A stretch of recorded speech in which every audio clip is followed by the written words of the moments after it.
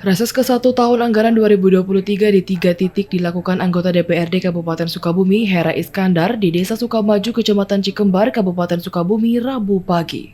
Menurut Hera Iskandar, reses pada tahun 2023 secara langsung dihadiri Ketua DPRD Kabupaten Sukabumi. Dijelaskan Hera, banyak masukan-masukan dari warga, terutama masalah infrastruktur jalan yang mana menurutnya masih banyak yang tidak layak.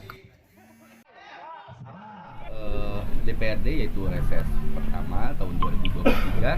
Alhamdulillah hari ini kita sudah menyelesaikan di 3 titik, yaitu sekarang di Desa Sukamaju, dan alhamdulillah juga saya ditemani langsung oleh Bapak Ketua DPRD agar usulan-usulan masyarakat, aspirasi-aspirasi masyarakat lebih tajam, lebih mengena, langsung didengarkan oleh Bapak Ketua DPR.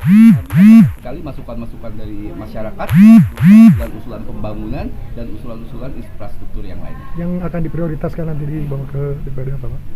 Di sini itu dibutuhkan adalah pembangunan jalan. Kita lihat tadi jalannya sangat tidak layak, ya, batu-batu dan yang lain-lain. Yang kedua adalah fasilitas-fasilitas kesehatan tadi diulas oleh Pak Ketua.